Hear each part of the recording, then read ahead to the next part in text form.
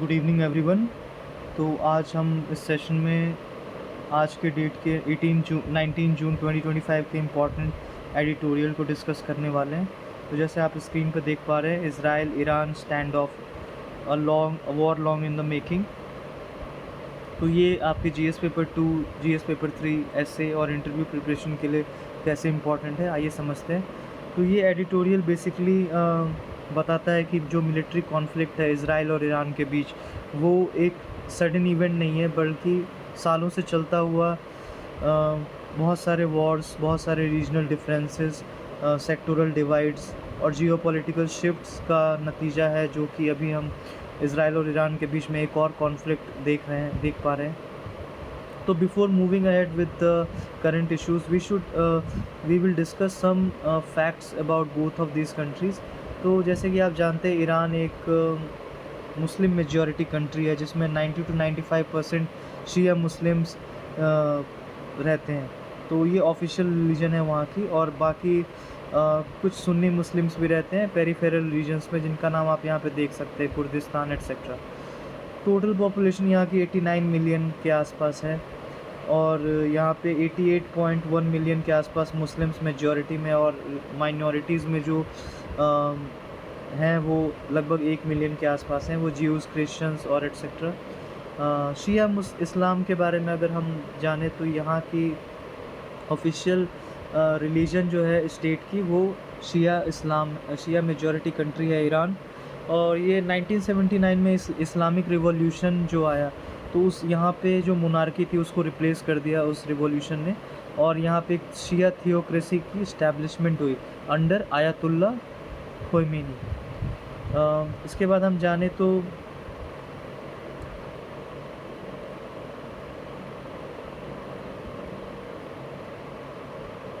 इसके बाद अगर हम देखें, तो यहाँ पे सुन्नी मुस्लिम माइनॉरिटी जो कि है कुर्द्स, बालूच और तुर्कमेन में, ये अंडर रिप्रेजेंटेड रहे हैं हमेशा पॉलिटिक्स में। इनको रिप्रेजेंटेशन का इशू फेस करना पड़ा है मिलिट्री में, और इनको अपने रिलीजन को प्रमोट और फॉलो करने के लिए भी बहुत सारे रिस्ट्रिक्शंस हैं, like building mosques in central Iran. तो ये सारे इश्यूज़ यहाँ पे देखने मिल रहे हैं सुन्नी मुस्लिम्स के लिए, जो कि माइनॉरिटी में है।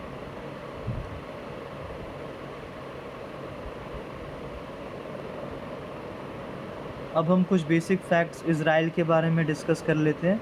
तो इज़राइल भी एक इस्लामिक कम्युनिटी है। यहाँ पे 18% इज़राइल की जो 9.5 मिलियन पॉपुलेशन है, वो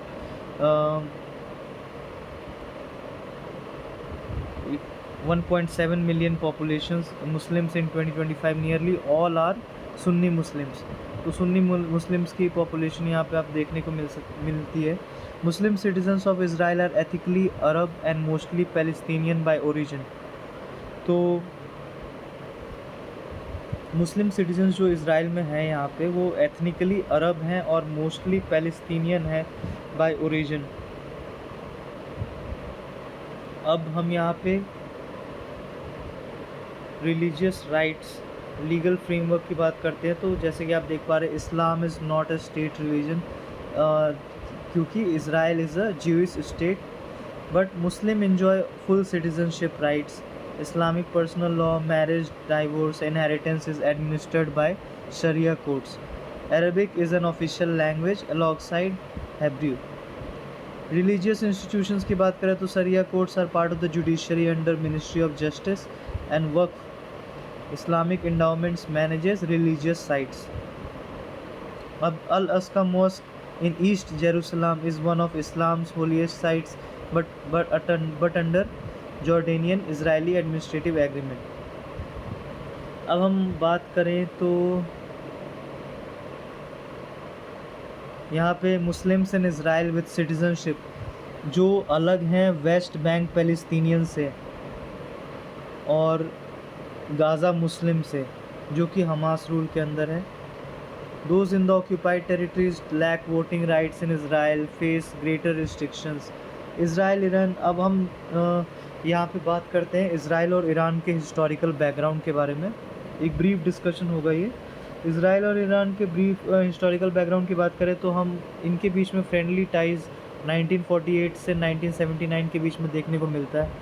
Iran was one of the few Muslim majority countries to recognise Israel in 1950. Both countries cooperated strategically, economically, and militarily during the Cold War. Common interests, anti-Arab nationalism, anti-communism, alliance with the West, especially the USA. Under Shah Mohammad Reza Pahlavi, Iran supplied oil to Israel, purchased Israeli arms and intelligence services, supported Israel secretly during Arab-Israel conflicts. अब basically phase 2 की बात करें तो Islamic revolution and hostility 1979 से 1990s के बीच में देखने को मिलती है, जहाँ पे एक टर्निंग पॉइंट आया जब 1979 में ईरानियन रिवॉल्यूशन हुआ, जिसकी बात हमने ऊपर भी करी। Ayatollah Ruhollah Khomeini overthrew the Shah and established an Islamic republic. Iran denounced Israel as the little Satan, second only to the US great Satan. Relations completely severed. Iran began supporting anti-Israel groups like Hezbollah in Lebanon, Hamas and Islamic Jihad in Palestine. Iran opposed the Camp David Accords 1978 and normalization of Arab-Israel ties. अब हम phase 3 की बात करते हैं, indirect tensions और proxy engagements 1990s to 2010s. Iran emerged as the biggest regional opponent to Israel. अब इस phase में देखने को मिल रहा है कि ईरान सबसे बड़ा अपोनेंट हो गया इसराइल का। Accused of funding and arming Hezbollah which fought Israel in southern Lebanon 2006 war. अब उनके ऊपर इल्ज़ाम भी लगा ईरान के ऊपर कि उन्होंने हेजबुल्ला ग्रुप को फंड किया है, जिसने इसराइल के ख़िलाफ़ सदर्न लेबनन में 2006 में वॉर करी थी। Iran support for Palestinian groups increased.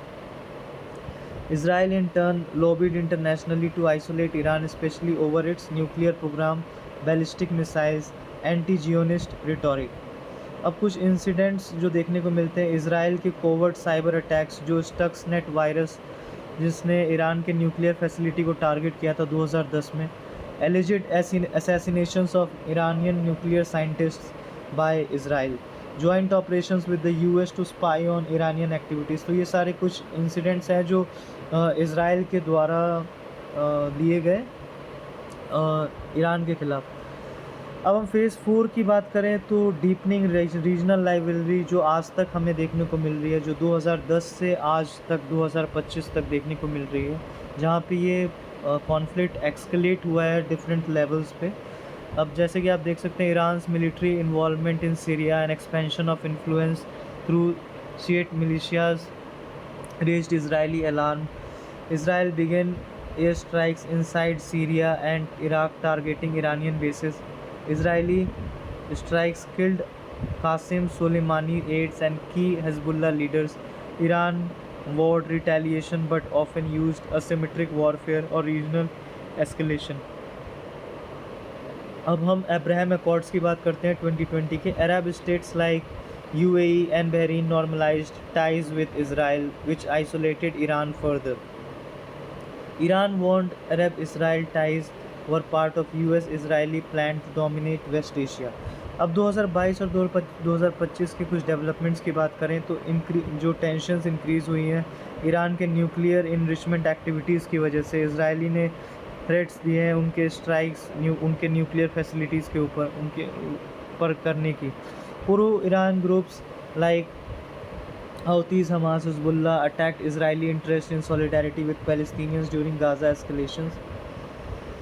अब हम इंडिया के पोजीशन की बात करें इन दोनों कंट्रीज़ को लेकर, तो ये दोनों कंट्रीज़ इंडिया के पॉइंट ऑफ व्यू से बहुत इंपॉर्टेंट हैं, क्योंकि ईरान एक स्ट्रेटजिक पार्टनर है चाबहार पोर्ट एनर्जी और international north south transport corridor के लिए भी। It's a international north south transport corridor क्या है? It's a multi modal transportation network established to enhance trade and transport connectivity between India, Russia, Iran, central Asia and Europe. This corridor uses a combination of sea, rail and road routes. अब INSTC and Chabahar port दोनों closely link है. Chabahar port एक बहुत ही important maritime hub है INSTCs के operations को complete करने के लिए. INSTC is a multi modal transport route that aims to connect India, जो India, Iran, Russia and other countries को तीन रूट से कनेक्ट करता है, roads, railways and sea routes. अब जो कि चाबहार पोर्ट जो कि ईरान में लोकेटेड है, वो स्ट्रेटजिकली इम्पॉर्टेंट है इंडिया के लिए, क्योंकि ये डायरेक्ट रूट है सेंट्रल एशिया का और पाकिस्तान को बाईपास करता है और इंडिया की रीजनल कनेक्टिविटी और ट्रेड अपॉर्चुनिटीज़ को एनहांस करता है। अब INSTC के बीच कुछ डिटेल्स आप देख पा रहे हैं। 7200 किलोमीटर लॉन्ग रूट जैसे कि है ये, design to facilitate trade and transportation between India, Iran, Russia and other countries in central Asia and Europe. It aims to reduce transportation costs and time compare to traditional routes. अब Chabahar port की बात करें, this Iranian port is crucial for INSTC, particularly for India, as it provides a gateway to Afghanistan and Central Asia. It allows India to bypass Pakistan and access these markets directly. अब ये कुछ details हैं जो आप अपने इसको follow कर सकते हैं। अब स्ट्रेट ऑफ हॉर्मोज की अगर बात करें तो ये क्यों इम्पॉर्टेंट है हमारे लिए, तो ये 33 kilometres wide at its narrowest point is arguably the world's most critical oil route. अब ये बहुत ही ज़्यादा इम्पॉर्टेंट है अगर हम ऑयल इंडस्ट्री, ऑयल ट्रेड की बात करें तो। With Iranian leaders renewing threats to block the passage. अब ईरानियन लीडर्स जो कि थ्रेट कर रहे हैं कि हम इस पैसेज को ब्लॉक कर देंगे। It's strategic importance is drawing urgent attention particularly from energy dependent Nations like India. हमारी जैसी कंट्री जो एनर्जी इंपोर्ट्स के लिए डिपेंडेंट है ईरान जैसे कंट्रीज़ पे, तो उनके लिए एक इशू हो सकता है कि अगर ये स्ट्रेट को अगर ब्लॉक कर दिया गया ईरान के द्वारा तो। Earlier this month, following Israelis' airstrikes on Iran's military and energy infrastructure, several Iranian lawmakers ने ये रूट बंद करने की धमकी दी है। अब हम बात करते हैं इज़राइल, जो कि एक मेजर डिफेंस सप्लायर है इंडिया का, टेक्नोलॉजी पार्टनर है, इंटेलिजेंस कॉपरेशन में भी सपोर्ट करता है। India follows a multi alignment policy, maintaining ties without taking sides.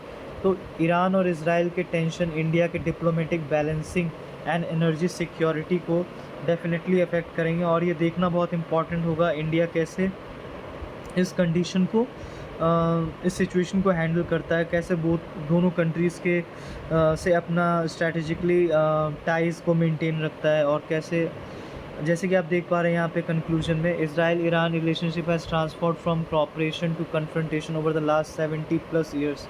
सो ये बेसिकली कैसे ईरान और इज़राइल के रिलेशनशिप कॉपरेशन से कन्फ्रंटेशन की तरफ बढ़ते गए पिछले 70 सालों में। तो ये आपको देखने को मिल सकता है आइडियोलॉजिकल डिवाइड्स हो, चाहे वो जियोनिज़म वर्सेस इस्लामिक रिवॉल्यूशन या फिर स्ट्रैटेजिक कंपटीशन हो मिलिट्री एंड रीजनल इन्फ्लुएंस के लिए, या प्रॉक्सी वॉरफेयर हो, different militant groups Lebanon, Gaza, Syrian, Yemen में जो सिचुएटेड है। टेक्नोलॉजिकल एस्केलेशन की बात करें तो साइबर, ड्रोन्स, मिसाइल्स और बहुत सारे साइबर अटैक्स या फिर बहुत सारी टेक्नोलॉजिकल अटैक्स हुए हैं इन दोनों कंट्रीज़ के आपस में। तो ये एक complex dynamic is very central to West Asia geopolitics and critical for India's strategic calculus. अब अगर हम बात करें कि ये एस्केलेशन अभी जून 2025 में कैसे आगे बढ़ा है इन दोनों कंट्रीज़ के बीच, तो आपको देखने को मिल सकता है जैसे स्क्रीन पे जून 12 और 13 इजरायली एयरफोर्स ने एक मैसिव एयर स्ट्राइक लॉन्च किया। टारगेट किए उन्होंने ईरान के nuclear scientist, generals, missile batteries, radars, military and nuclear facilities जो कि नेटेंस, फोर्डो, बेसेर एंड इसाफान में सिचुएटेड थे।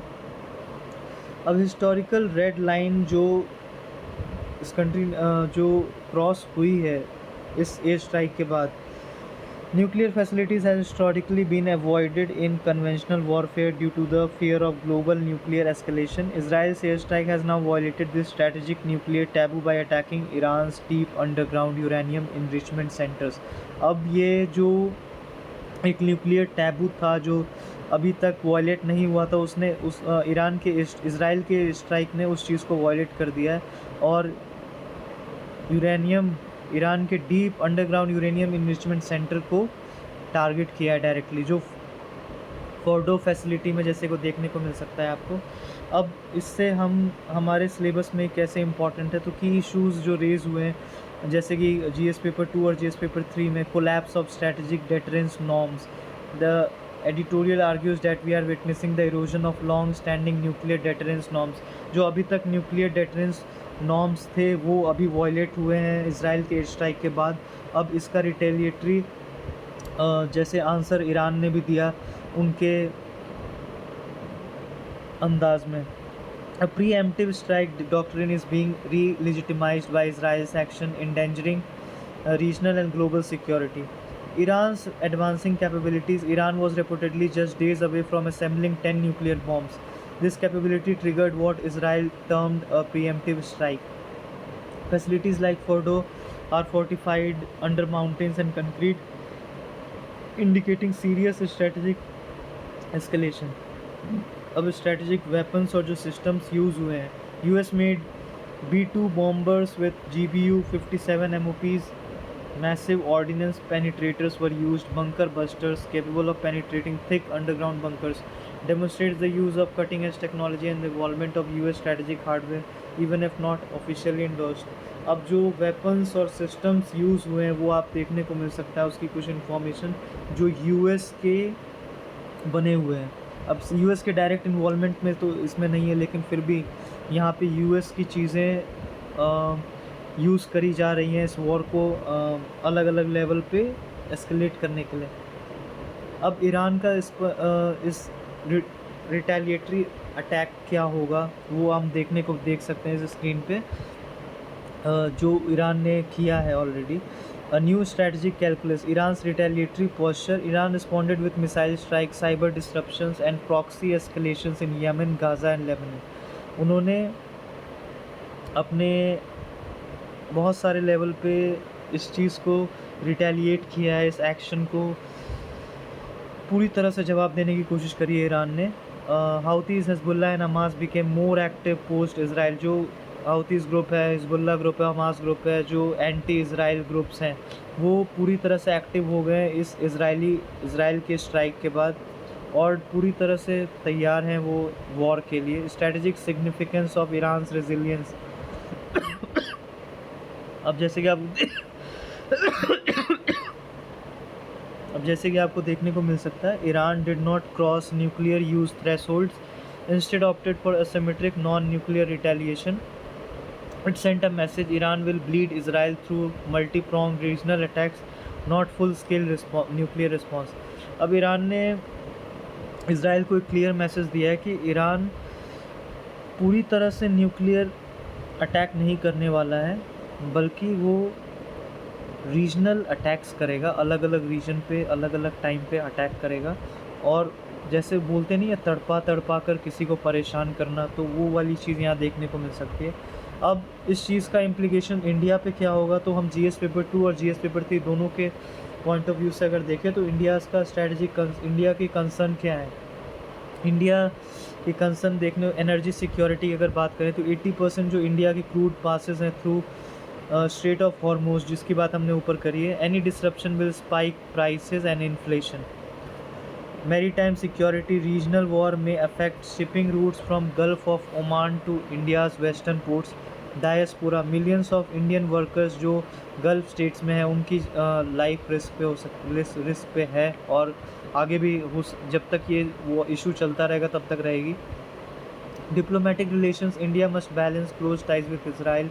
Defence and tech, Iran, Chabahar, INSTC, तो दोनों ही कंट्रीज़ के साथ कैसे अपने टाइज को बैलेंस करती है वो वाली एक चीज़ देखने वाली चीज़ होगी।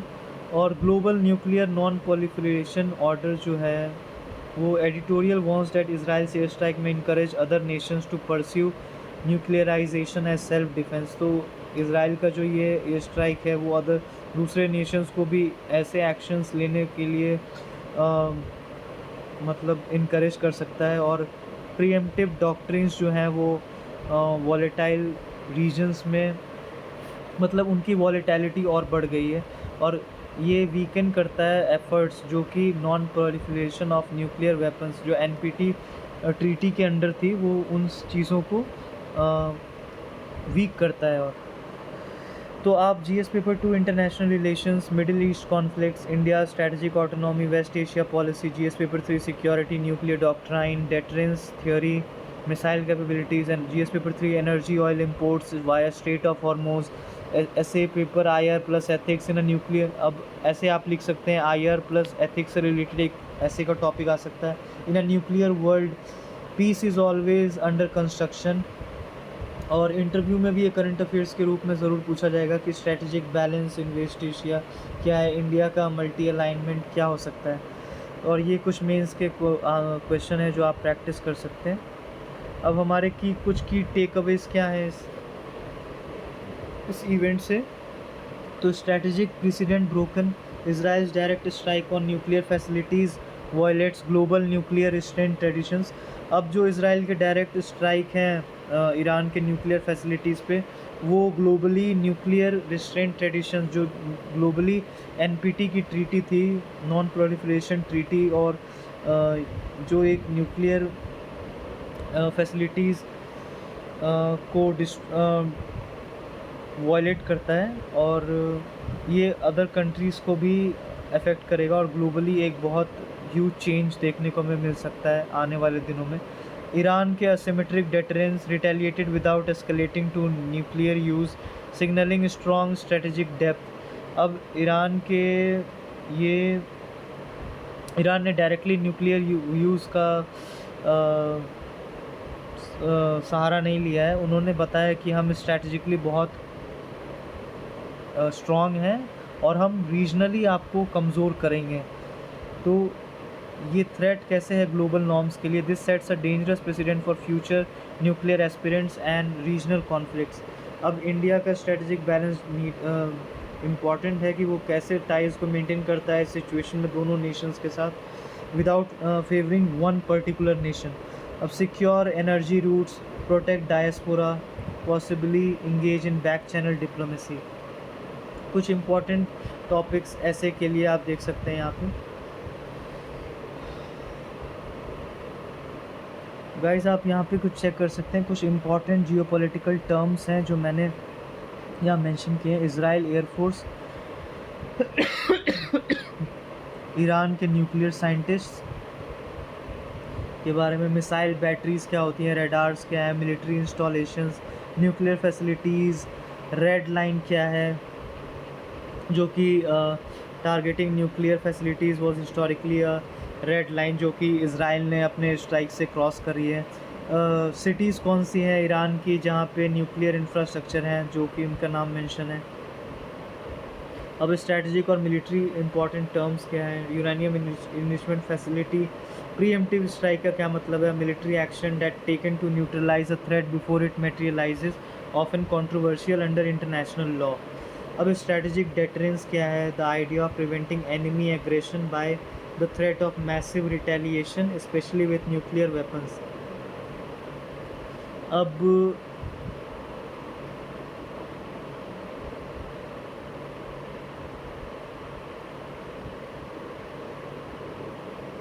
डॉक्ट्रिनल टर्म्स क्या है, escalation ladder, concept in conflict theory where parties move up a ladder of increasing violence from conventional to nuclear war। जो हम देखने को हमें मिल रहा है कि जैसे कैसे कन्वेंशनल वॉर से हम न्यूक्लियर वॉर की तरफ बढ़ते हैं, वो सिचुएशन इसराइल और ईरान के बीच में हमें देखने को मिल रही है। कैसे सिचुएशन दिन प्रतिदिन बढ़ती जा रही है, वैसे ही हम बाकी चीज़ें भी यहाँ पे देख सकते हैं। न्यूक्लियर पॉलिटिकल टर्म्स देखने को आपको मिल रही होंगी यहाँ पे। अब इंटरनेशनल एक्टर्स और इवेंट्स का क्या कहना है इस पर। Donald Trump 60 days warning as per the article, former US president allegedly give Iran a deadline during nuclear negotiations reportedly to escalate pressure.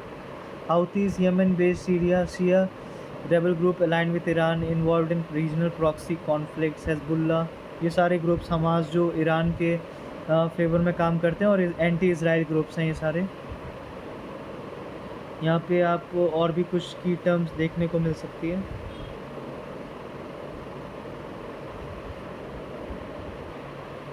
तो गाइस हम अपने सेकेंड आर्टिकल से स्टार्ट करते हैं। Revising the GDP base year. तो हम समझेंगे ये आखिर इस आर्टिकल में क्या डिस्कस किया गया है। तो सबसे पहले हम समझ लेते हैं जीडीपी बेस ईयर होता क्या है। तो जैसे कि आप जानते होंगे, the base year is the reference year against which the performance of the economy is measured over time. Example लेते हैं, जैसे कि बेस ईयर 2011-12 है। अब जीडीपी इसके बाद वाले आने वाले फ्यूचर ईयर्स में 2011-12 के बाद जब भी जीडीपी मेज़र होगा, तो जैसे कि हमने बेस ईयर 2011-12 लिया है, तो हम उस ईयर के प्राइसेस को 2011-12 के प्राइसेस से कंपेयर करके देखेंगे। तो GDP in future years is measured in comparison to this year's prices and structure. It ensures we adjust for inflation and structural changes. ये इंश्योर करता है कि हम इन्फ्लेशन और स्ट्रक्चरल चेंजेस को एडजस्ट करते हैं जब भी हम जीडीपी कैलकुलेट करते हैं। Why is it revised? अब ये रिवाइज हुआ क्यों है? To capture updated consumption patterns, production structures, price levels. India updates the base year approximately every 7 to 10 years.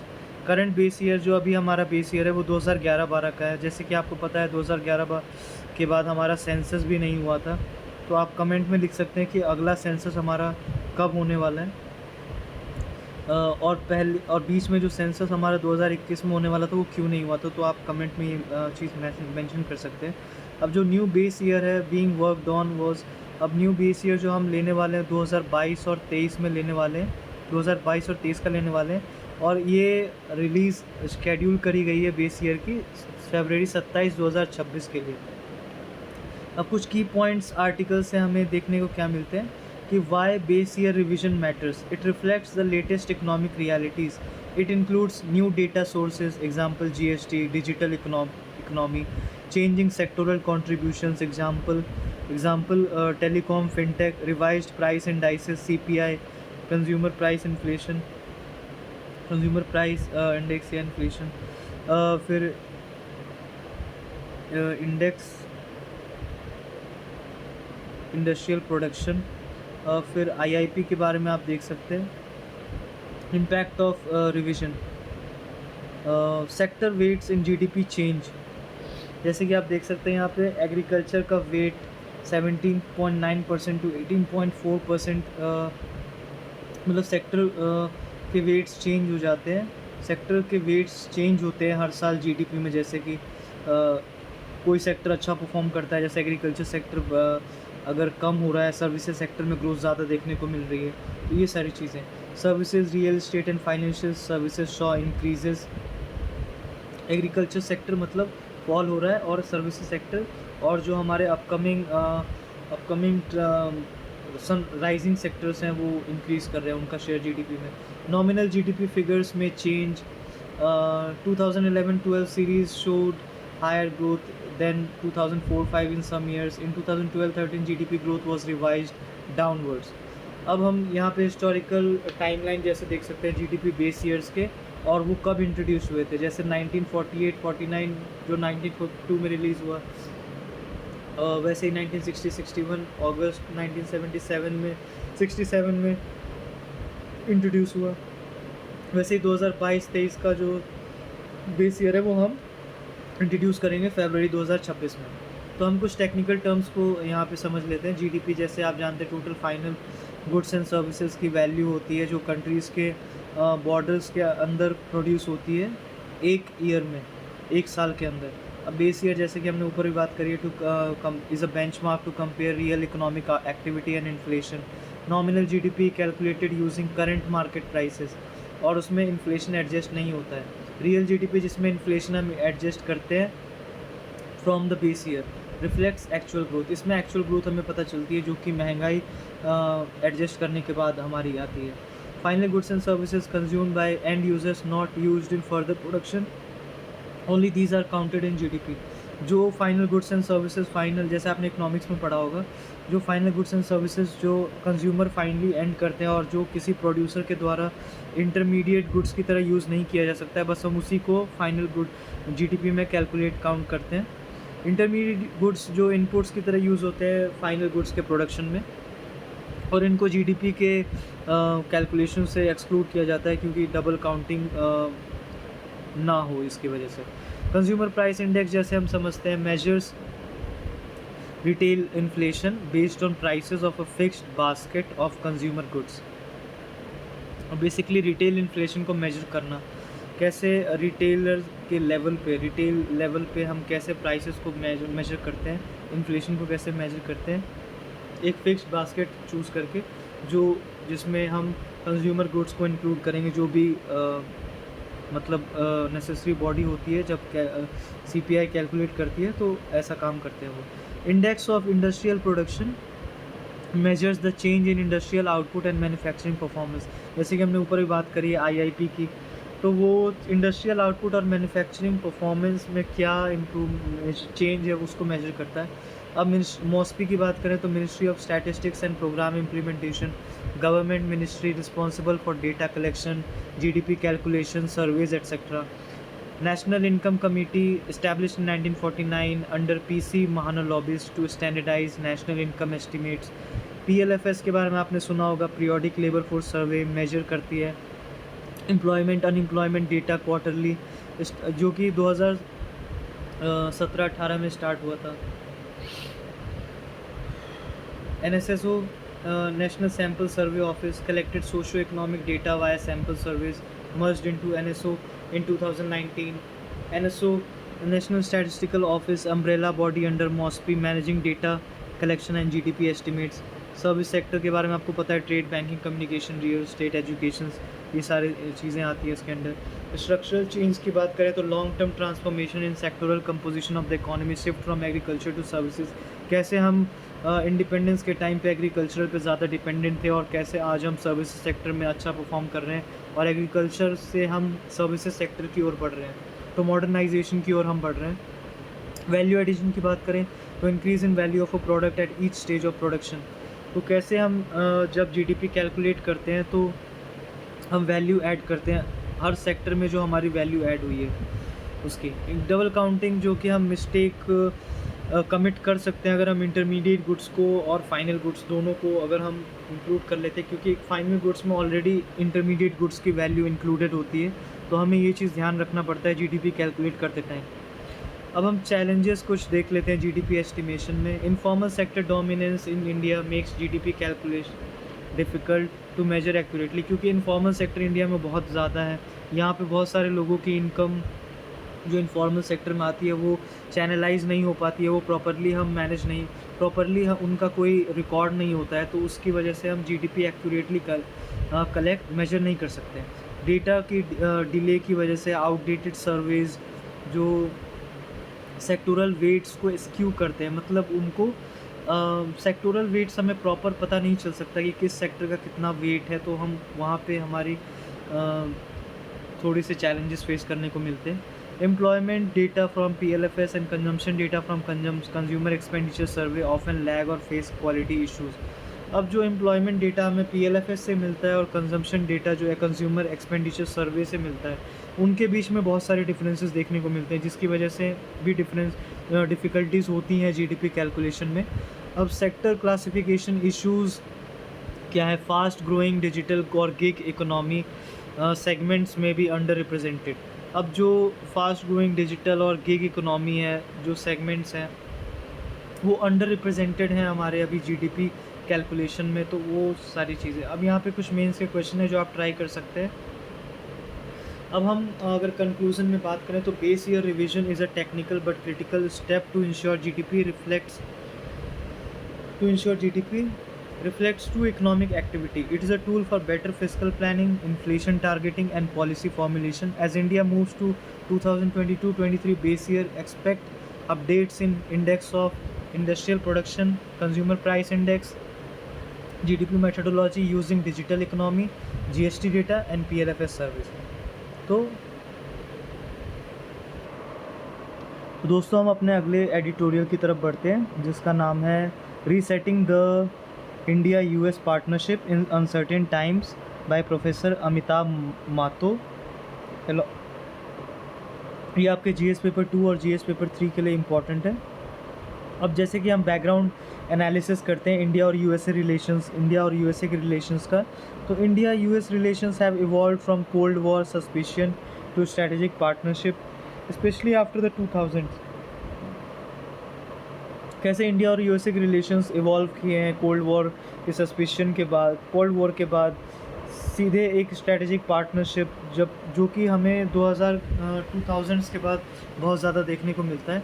अब हम कुछ वैल्यूज़ की बात करते हैं, जैसे कि democracy, rule of law, growing trade, defence cooperation and Indo Pacific alignment, जो कि दोनों देशों के टाइज़ को बहुत स्ट्रॉन्ग करता है।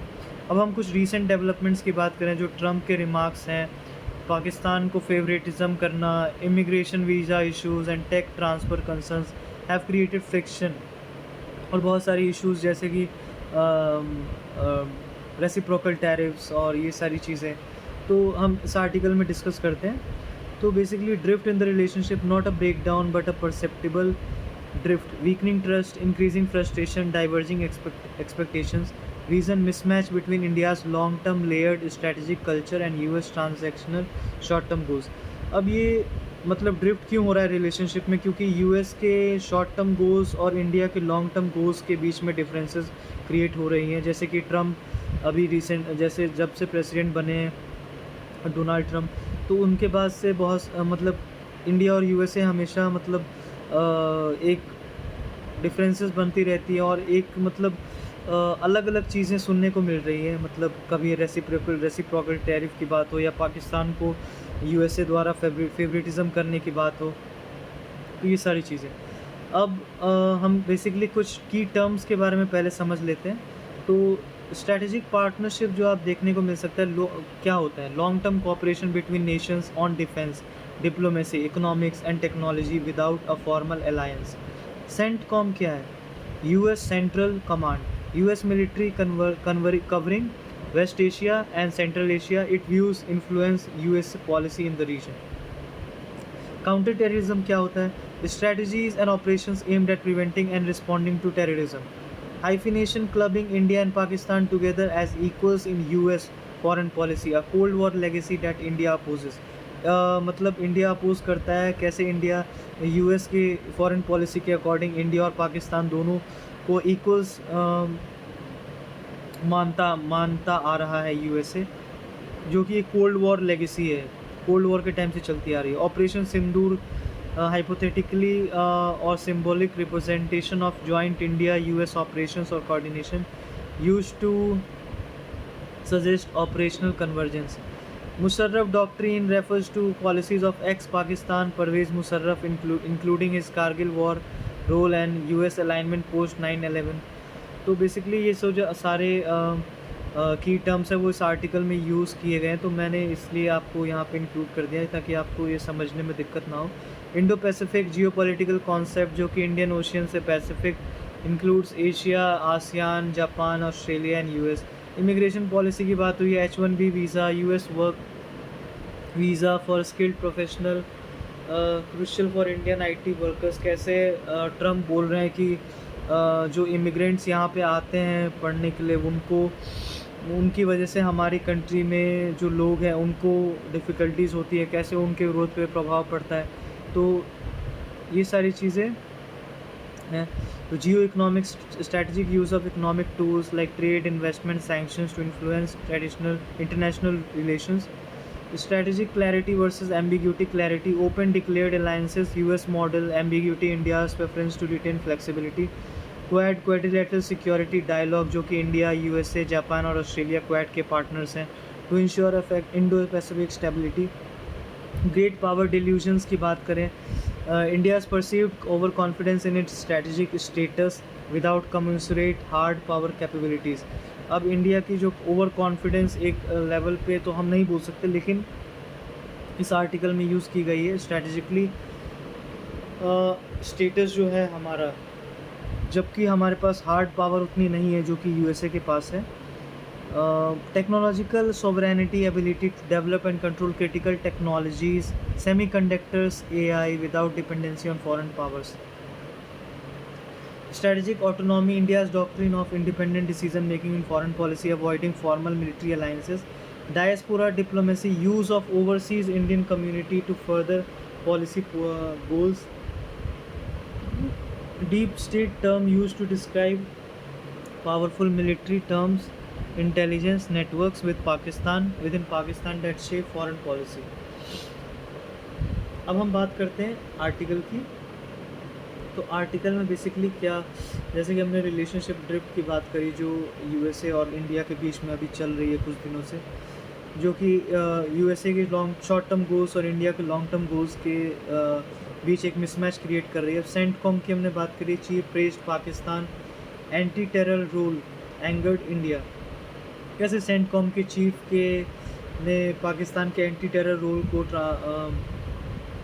के बारे में उनको प्रेज़ किया, उनकी वाहवाही करी तो इंडिया को गुस्सा आया। Trump's praise of Musharraf architect of Kargil war. कैसे ट्रम्प ने परवेज़ मुशर्रफ की तारीफ करी, कारगिल वॉर के आर्किटेक्ट कहा उनको, और उनके grouping of India Pakistan in one bloc. H1 visa के टाइटनिंग की वजह से Indian tech firms facing access issues in US market. Indian tech firms को कैसे इस वजह से H1 वीज़ा के टाइटनिंग की वजह से कैसे इंडियन टेक फर्म्स को इश्यूज़ फेस करने पड़ रहे हैं यूएसए मार्केट में। Perception of US equating India and Pakistan strategic importance. कैसे यूएसए दोनों इंडिया और पाकिस्तान दोनों को सेम लेवल पे ट्रीट करने की कोशिश कर रहा है, जबकि हम जानते हैं कि पाकिस्तान कैसे टेररिज्म को हमेशा अपने से आगे रखता है, मतलब डेमोक्रेसी से आगे वो टेररिज्म को रखता है। जिसका हमने रिसेंट देखा ही है, एक बहुत ही वायलेंट इंसिडेंट जो कि पहलगाम में हुआ था हमारे लोगों के साथ। स्ट्रेटेजिक कल्चर क्लैश की बात करें तो US quick decisive deal making mindset से काम करता है।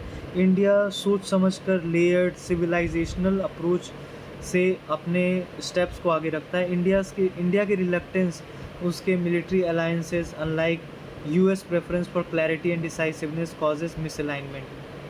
तो ये सारी चीज़ें हैं जिसकी वजह से मिसअलाइनमेंट देखने को मिल रही है इंडिया और यूएसए की रिलेशनशिप में।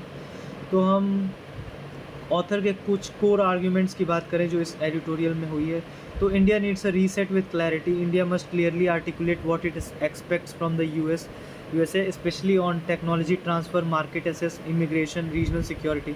तो इंडिया को ये सारी चीज़ें पे क्लैरिटी लेनी होगी कि क्या हमें चाहिए और हम कैसे इन चीज़ों से डील करने वाले हैं, इन इश्यूज़ के ऊपर डील करने वाले हैं यूएसए के साथ।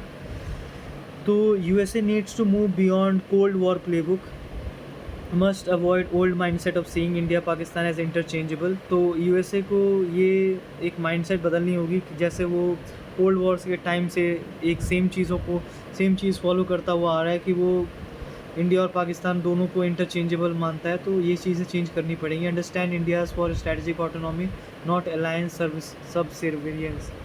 अब इंडिया को एक स्ट्रेटजिकली इम्पोर्टेंस देनी होगी यूएसए को, क्योंकि बस एक ये अलायंस की बात नहीं है, अब ये स्ट्रेटजिकली इम्पोर्टेंट है क्योंकि इंडिया भी fourth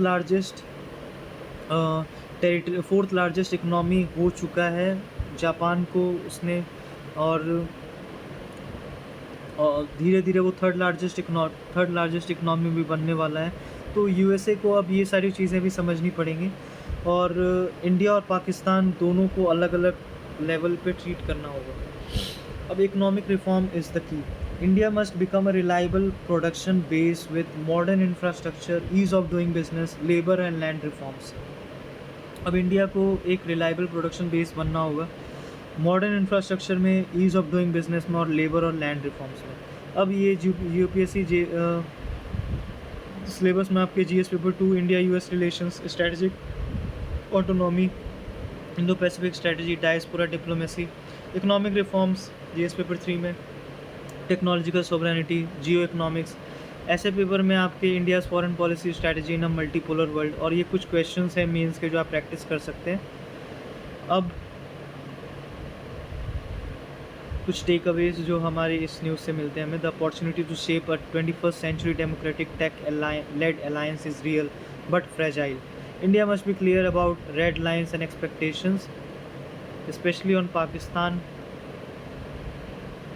on Pakistan policy, tech sharing, market access.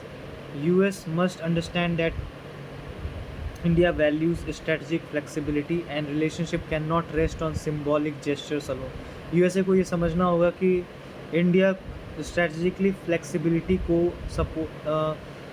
समझता है और वैल्यू करता है, क्योंकि हम किसी के गुलाम रह के नहीं बनना चाहते. India is a sovereign country and we have our own values, we have our own culture, we have our own ways of doing work, which and we have the most sophisticated ways of doing works. भी हमारे पास कुछ बहुत सारे अच्छे तरीके हैं काम को कंप्लीट करने के, ना जैसे कि ना कि पाकिस्तान की तरह जो वायलेंट मीन्स को अडॉप्ट करता है अपने काम को कंप्लीट करने के लिए. तो दोस्तों हम अपने अपने अगले आर्टिकल को डिस्कस करने वाले हैं, जिसके हेडिंग है trade tariffs close borders but में open doors to invasive alien species. अब ये हमारे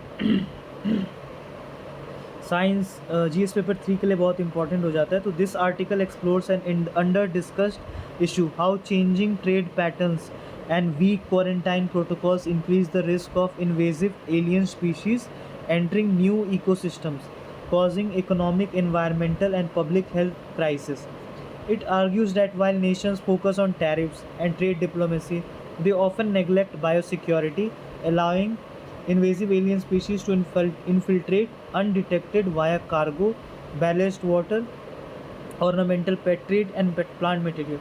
तो बेसिकली इस आर्टिकल में हम डिस्कस करने वाले हैं कैसे जो इवॉल्विंग ट्रेड पैटर्न्स है और कैसे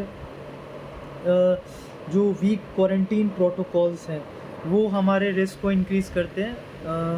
इन्वेजिव एलियन स्पीशीज़ जो कि हमारे इकोसिस्टम में एंटर कर रहे हैं, जो कि हमें इकोनॉमिकली, इन्वायरमेंटल और पब्लिक हेल्थ क्राइसिस के रूप में नज़र आने वाले हैं.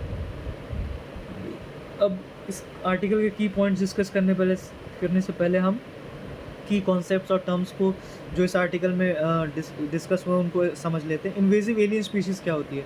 तो ये नॉन नेटिव स्पीशीज़ है जो कि इंट्रोड्यूस की जाती है outside there natural range that threaten ecosystem, agriculture और हेल्थ. जो नॉन नेटिव स्पीशीज़ जो आपके जहाँ पे वो रहते हैं उस एरिया को छोड़कर वो किसी दूसरी जगह पे अगर वो इंट्रोड्यूस किए जाते हैं, उनके नेचुरल रेंज को छोड़कर वो दूसरी जगह पे जब इंट्रोड्यूस किए जाते हैं, जहाँ पर वो दूसरी जगह इंट्रोड्यूस करते हैं वहाँ के इकोसिस्टम को अफेक्ट करते हैं, वहाँ के एग्रीकल्चर, वहाँ की हेल्थ को अफेक्ट, स्पीशीज़ के हेल्थ को अफेक्ट करते हैं. अब trade tariff taxes on imported and exported goods meant to protect domestic industries but not biosecurity. अब ये डोमेस्टिक इंडस्ट्रीज़ को तो सिक्योर कर सकती हैं ये चीज़ें, ट्रेड टैरिफ टैक्सेस, लेकिन बायोसिक्योरिटी को नहीं कर सकती. अब biofouling, accumulation of marine organisms like algae on ship hulls which can transport IAS, invasive alien species. Ballast water carried in ships for stability, often discharged at ports, introducing aquatic IAS. Ornamental pet trade of exotic fish, reptiles, birds for pets or aquariums, common source of IAS. तो कैसे ये सारी चीज़ें invasive alien species मतलब introduce करती हैं और कैसे ये इकोसिस्टम के लिए हार्मफुल है हमारे, वो इन सारे की टर्म्स में आप देखने को आपको मिल रही होंगी. Quarantine facilities, inspection centres that test imported goods और लाइव स्पीशीज़ फॉर कंटेमिनेशन और disease. Biosecurity policies, actions and technologies to prevent introduction, spread of harmful organisms, mosquito fish, Gambusia brought to control mosquitoes, now invasive in many water bodies. Perithenium hystrophorus, a toxic weed invasive across India, affects crops, cattle, human health. Tilapia fish introduced for aquaculture competes with native species. Carp, a common aquaculture species, often invasive when introduced into new rivers, lakes. Alien species, any species introduced outside its native environment may or may not be invasive. अब हमने invasive alien species की बात करी, जो अलग अलग चीज़ें जो हमने खुद इंट्रोड्यूस करी वो कैसे हमारी वाटर बॉडीज़ में आके वो इन्वेजिव हो गई. जैसे मॉस्किटो फिश का एग्जांपल ले लें, या Parthenium hysterophorus, a toxic weed invasive across India, जैसे वो हमारे क्रॉप्स, कैटल, ह्यूमन हेल्थ को इन्फेक्ट करता है. टेलिपिया फिश जैसे इंट्रोड्यूस की गई एक्वाकल्चर के लिए, लेकिन वो अब नेटिव स्पीशीज़ के साथ compete करती है. तो ये सारी की टर्म्स आप एक बार गो थ्रू कर सकते हैं ताकि आपको आर्टिकल समझने में दिक्कत ना हो। बैलेस्ट वाटर कन्वेंशन की बात करें तो international treaty to regulate ballast discharge and reduce invasive alien species transfer by ships. कैसे बैलेस्ट वाटर कन्वेंशन के थ्रू, एक ये इंटरनेशनल ट्रीटी है जिससे हम इन्वेजिव एलियन स्पीशीज़ के ट्रांसफ़र को हम रोक सकते हैं, जो कि शिप्स के थ्रू होती है। अब हम आर्टिकल की तरफ आते हैं, इंपॉर्टेंट पॉइंट्स की तरफ। तो हिस्टोरिकल एग्जांपल जैसे जायंट अफ्रीकन स्नेल का हमले introduced accidentally to India in 1847 through trade with East Africa. अब जायंट अफ्रीकन स्नेल जो एक्सीडेंटली, जो हम बोल सकते हैं एक इन्वेजिव एलियन स्पीशीज़ की तरह काम कर रही है आज की डेट में, persistent invasive alien species caused massive damage to crops, biodiversity और habitats। हमारे क्रॉप्स को मैसिवली डैमेज किया है, बायोडाइवर्सिटी को डैमेज किया, अफेक्ट किया है, हैबिटेट को अफेक्ट किया है। Thrives due to warm climate and lack of predators. ये अभी भी प्रिवेल कर रही है क्योंकि हमारे यहाँ का क्लाइमेट वार्म है और इनके लिए प्रेडेटर्स की भी कमी है उसकी वजह से। अब इन्वेजिव एलियन स्पीशीज़ जाके, जैसे कि हमने पहले भी की टर्म्स में डिस्कस किया, वो होते क्या हैं? एक नॉन नेटिव स्पीशीज़ है डैट वंस इंट्रोड्यूस्ड एक्सीडेंटली और इंटेंशनली। जैसे हमने अभी ऊपर जाइंट अफ्रीकन स्नेल के केस में पढ़ा, establish, spread and cause environmental, economic और health harm. Examples in India, gambusia mosquito fish brought to control mosquitoes but became invasive. Talipia, used for aquaculture, now a threat to native fish species. Perithenium hysterophorus, toxic weed. Apple snail, African catfish, common carp। तो ये सारी कुछ चीज़ें, terms है जो आपके upcoming mains जो 2026 में मेंस हो सकता है उसमें ये चीज़ें पूछी जा सकती है, तो ये आप कुछ ध्यान रख सकते हैं इसको। अब कुछ कोर आर्ग्यूमेंट्स जो इस आर्टिकल में करी गई है। How trade fuse IAS introduction. कैसे ट्रेड के द्वारा, जो हम शिप्स के द्वारा ट्रेड करते हैं और भी जो हम ट्रेड करते हैं, उससे कैसे हम इन्वेजिव एलियन स्पीशीज़ के इंट्रोडक्शन को और बढ़ावा देते हैं। From 76 countries in 1948 to 200+ in 2000, global trade has boom. जैसे जैसे ग्लोबल ट्रेड बूम हो रहा है, वैसे ही IAS का खतरा भी बढ़ रहा है। With frequent cargo exchanges, species often हिचहाइक in soil and plant material, timber, seeds, and vegetables, aquarium fish or ornamental plants. Trade alliances like India, Africa, India, Australia are increasing pathways. अभी की बात करें तो failures in quarantine and biosecurity. कैसे हमारी quarantine में, कैसे हम इनको रोकने में, कैसे हम इनके लिए अलग जगह बनाने में, इन IAS स्पीशीज़ के अलग जगह बनाने में, कैसे इनको बायोसिक्योरिटी प्रोवाइड करने में हम फेल हुए हैं। Many IAS entered due to weak enforcement of quarantine laws। कैसे हम inadequate हमारे इंफ्रास्ट्रक्चर हैं पोर्ट्स पे, focus on economic trade rather than environmental safety. हम इकोनॉमिक वैल्यूज़ पे फोकस कर रहे हैं, इन्वायरमेंटल सेफ्टी पे फोकस नहीं कर रहे हैं। अपने जो नेटिव स्पीशीज़ हैं उनका ध्यान नहीं रखते हैं हम। तो बस हम इकोनॉमिकली स्ट्रांग होंगे लेकिन ये सारी चीज़ें हमारी इन्वायरमेंटल इफेक्ट होगी, हमारे ह्यूमन हेल्थ के लिए इफेक्ट होंगी। Poor surveillance of low priority sectors like ornamental plants, live fish, horticulture। सी बात करें तो इकोलॉजिकल एंड इकोनॉमिक इम्पैक्ट देखने को मिल रहा है, जो कि crop losses, biodiversity decline, extinction of native species, public health risk, snails, mosquitoes examples हो सकते हैं इसके। वाटर क्वालिटी डिग्रेडेशन होना। India's aquaculture and horticulture are already facing such threats. अब इसके कुछ सॉल्यूशंस जो ऑथर ने प्रोवाइड किए हैं उसमें है mandatory pre import assessments. Import करने से पहले जो ट्रेड टेक प्लेस करता है उससे पहले हमें कुछ असेसमेंट्स लेने होंगे। Before importing plants, seeds, animals, evaluate their ecological risk. अब इन्वेस्टमेंट हमें करना होगा इंफ्रास्ट्रक्चर में, अपग्रेड करना होगा हमें क्वारंटीन लैब्स इन IAS जो इन्वेजिव एलियन स्पीशीज़ हैं उनके लिए क्वारंटीन लैब्स होनी चाहिए एट पोर्ट्स पे और बॉर्डर्स पे। Train customs, agriculture and wildlife officials. National biosecurity strategy की बात करें हम तो स्ट्रेंथन करता है India's biosecurity law similar to Australia's और New Zealand's. Develop early warning systems to detect spread of IAS। Stronger interministerial coordination, environmental, agriculture, trade and shipping ministries must collaborate on IAS risk। अब ये GS paper 3 जैसे कि मैंने बताया था आपको, environment, invasive alien species, biodiversity threats, ecological degradation, इन topics में ये ये चीज़ इनकॉर्पोरेट करी, ये चीज़ इंक्लूड करी जा सकती है क्वेश्चन के फॉर्म में, both prelims and mains. Governance, inter ministerial coordination, quarantine, GS paper 2 में क्वारंटीन इंफ्रास्ट्रक्चर, डब्ल्यूटीओ नॉर्म्स, ऐसे पेपर में भी आ सकता है, ट्रेड एंड इकोलॉजी, पार्टनर्स और अपोनेंट्स। प्रीलिम्स स्पीशीज़ के बारे में अगर बोला जाए तो जैसे मैंने आपको बताया, tilapia, parthenium, gambusia, potential IAS questions, invasive alien species questions. अब ये कुछ मेंस के लेवल के क्वेश्चन हैं जो आप देख सकते हैं।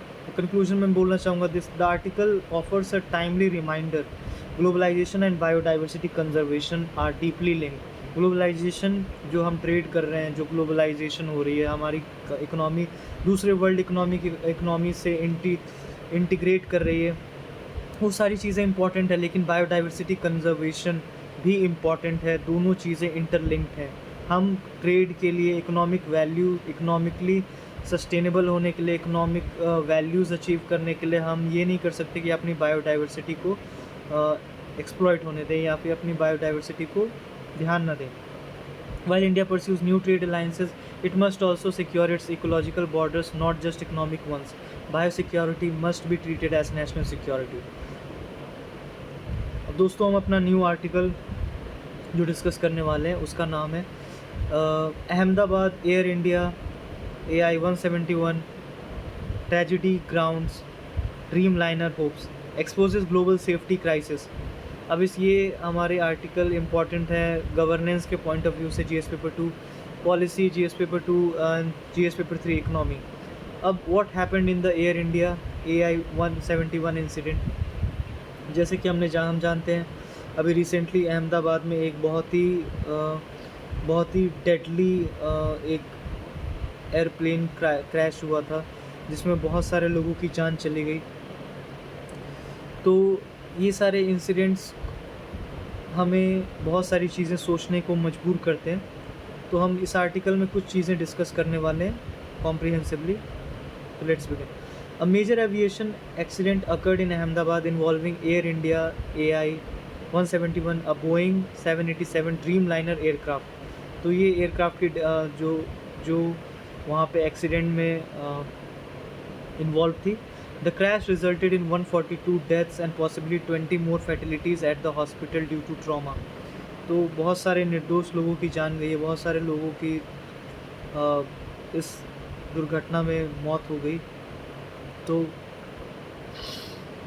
ये चीज़ें हमें बहुत सारी चीज़ें इंसिडेंट्स हमें बहुत सारी चीज़ें सोचने को मजबूर करती हैं कि ऐसा हुआ क्यों, किस चीज़ का फेलियर हुआ, टेक्निकल फेलियर हुआ या तो DGCA और भी बहुत एविएशन इंडस्ट्री, मिनिस्ट्रीज़, सारी चीज़ें इसमें इन्वॉल्व होंगी, इंस्पेक्शन होगा और आगे ये ऐसे इंसिडेंट्स ना हो तो हम इसको कैसे रोक सकते हैं, तो ये हमारे लिए कैसे इंपॉर्टेंट है, तो उस चीज़ों को हम डिस्कस करेंगे। This triggered global concerns about the safety of Boeing aircraft, industry practices, regulatory oversight and India's airline ecosystem. तो ये ग्लोबली एक बहुत ही ज़्यादा एक्टिव टॉपिक है अभी कि ये सेफ्टी बताता है कि क्या बोइंग एयरक्राफ्ट सेफ हैं, इंडस्ट्री प्रैक्टिसेस क्या हैं, रेगुलेटरी क्या, कैसे हम रेगुलेट कर रहे हैं इन सारी चीज़ों को, कैसे इंडिया के एयरलाइन इकोसिस्टम को हम मैनेज कर रहे हैं। तो ये सारी चीज़ें सोचने पे हमें मजबूर करता है ये इंसिडेंट, ऐसे टाइप के इंसिडेंट्स। तो की थीम्स और यूपीएससी के लिए क्या रेलेवेंस है इनका, तो global aviation safety crisis, the crash occurred just before the Paris Air Show where Boeing was expected to showcase its new jets. अब ये बहुत ही आयरॉनिकली है कि ये क्रैश तब अकर हुआ जब पेरिस में एयर शो होने वाला था, जहाँ पे ये बोइंग अपने न्यू जेट्स को शोकेस करने वाला था। Multiple issues were already haunting Boeing, past crashes involving 737 max jets. पहले भी बोइंग एयरक्राफ्ट्स में ऐसे क्रैशेस हो चुके हैं, जो जिनके दो एग्जांपल आपको देखने को मिल रहा है, 737 mask jets and technical flaws in the Dreamliner 787. Substandard parts from suppliers like Spirit Aerosystems and GE Aerospace. Boeing's market valuation and trust are impacted globally. Boeing के market valuation और trust बहुत ही ज़्यादा बुरी तरीके से impact हुई है इस crash के बाद। अब हम कुछ इंपॉर्टेंट टर्म्स जो इसमें इन्वॉल्व है वो डिस्कस कर लेते हैं ताकि आपको आर्टिकल समझने में दिक्कत ना हो। Dream liners Boeing 787, a long haul wide body aircraft design for fuel efficiency known for past technical issues. अब ये उस बोइंग 787 एयरक्राफ्ट के फीचर्स को डिस्कस करता है, जो कि भले ही बहुत अच्छी हो लेकिन टेक्निकल इश्यूज़ के लिए हमेशा से न्यूज़ में बना रहा है। Paris Air show, a premiere international aerospace exhibition in France showcasing aircraft innovations, fuselage the main body of an aircraft excluding wings and tail, technical flaws, defects in design, production or material that can lead to malfunction or accidents, airworthiness certification that an aircraft is safe to fly, grounding, banning an aircraft from flying due to safety concerns। DGCA Directorate General of civil Aviation, जो कि आप जानते हैं India के aviation regulator है, responsible for licensing, inspections and safety audits, जो aircrafts के audits होते हैं, इंस्पेक्शन होती है और उनको लाइसेंसेस प्रोवाइड करना एयरक्राफ्ट कंपनीज़ को, तो वो सारी चीज़ें DGCA देखता है इंडिया में। BCAS bureau of civil aviation security, agency responsible for airport and aviation security, airport और एविएशन की सिक्योरिटी के लिए ये ब्यूरो रिस्पॉन्सिबल होता है। डुओपोली की बात करें तो market dominated by two major players in India's case, IndiGo and Tata group airlines, air India, Vistara example में आप ले सकते हैं। पायलट और human error, common conclusion in aviation accident reports, those is article challenges over use of this label. अब pilot और human error की बात हो सकती है, लेकिन जब इस बोइंग एयरक्राफ्ट में पहले भी देखा जा चुका है कि बहुत सारे टेक्निकल इश्यूज़ पहले भी आइडेंटिफाई हुए हैं और पहले भी बहुत सारे मतलब एक दो केसेस ऐसे आ चुके हैं, तो ह्यूमन एरर कहने को तो हम 100% नहीं बोल सकते, क्योंकि ये सारी चीज़ें हैं बहुत सब्जेक्टिव हैं। और India's specific issues highlighted. India's civil aviation space is now dominated by two groups, Indico and Tata Group, Air India plus Vistara. Together they control 90% of the market. Problems noted: limited competition है, higher prices हैं, poor service, safety shortcuts, smaller airlines and regional services like Udan are shrinking. Regulatory oversight is weak. DGCA found unattended cargo, poor documentation, mismanagement at airports in Hyderabad, Chennai and Ahmedabad. तो ये सारी कुछ issues हैं जो identify किए हैं DGCA ने। Boeing versus Airbus divide, Boeing business model is criticised, outsourcing component manufacturing to cheaper third party firms, Spirit AeroSystems. अब बोइंग के आउटसोर्सिंग कंपोनेंट वाली मैन्युफैक्चरिंग को क्रिटिसाइज़ किया जा रहा है, क्योंकि उन्होंने थर्ड पार्टी फर्म्स मतलब पैसे बचाने के लिए, सिंपल सी बात है, उन्होंने जैसे एग्जांपल लिया जा रहा है यहाँ पे स्पिरिट एरोसिस्टम्स का। Poor quality control, cost cutting, Airbus in constant retains tighter control over production, faces fewer accidents statistically. India once had a balance between both aircraft makers but now tilts heavily towards Boeing under Tata. पहले India के पास balance था aircraft makers में, लेकिन अब Boeing की तरफ ज़्यादा टिल्ट हो रहा है जो टाटा के अंडर है।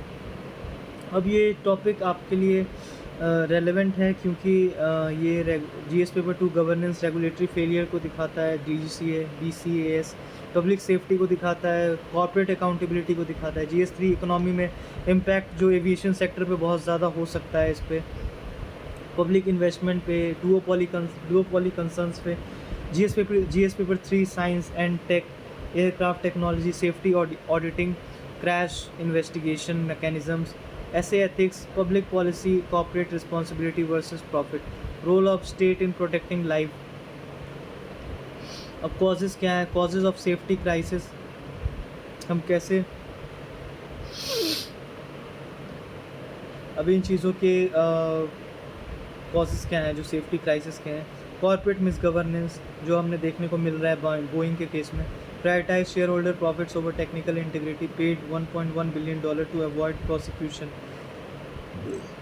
736 मैक्स केस में जैसे 1.1 बिलियन डॉलर पे किए गए प्रोसिक्यूशन को अवॉइड करने के लिए। रेगुलेटरी वीकनेस इंडिया की देखने को मिल रही है, जैसे DGCA की inspection show recurring violations,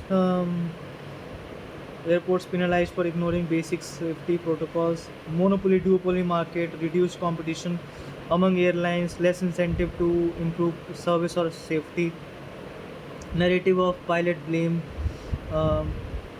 systematic flaws ignored by defaulting to human error. अब कैसे हम अपनी गलतियों को, कैसे कंपनी की गलतियों को, एयरक्राफ्ट को सही तरह से इंस्पेक्ट ना किया गया और उन गलतियों को ह्यूमन एरर की तरफ दिखाना, ह्यूमन एरर के ऊपर डाल देना, क्योंकि ह्यूमन एरर का तो अब कुछ हम फाइंड आउट कर नहीं सकते, क्योंकि ह्यूमन एरर अब वो तो इंसान के साथ चलेगी बातें। तो कैसे हम अपने फ्लॉज को किसी और इंसान के ऊपर डाल देते हैं, तो वो चीज़ें यहाँ पे मेंशन की गई है। Aircraft design, engineering, maintenance often overlook, airline customer issues, flying has become costlier and more unsafe in India. कैसे फ्लाइंग अनसेफ है और कॉस्टली होती जा रही है इंडिया में। पैसेंजर्स के कंप्लेंट कैसे राइज हो रहे हैं। क्रू के जो कैबिन क्रू होती है उनकी fatigue, over booking, poor service, passengers face issues with boarding gate mismanagement, hidden fees and fuel surcharges, rising accident risk.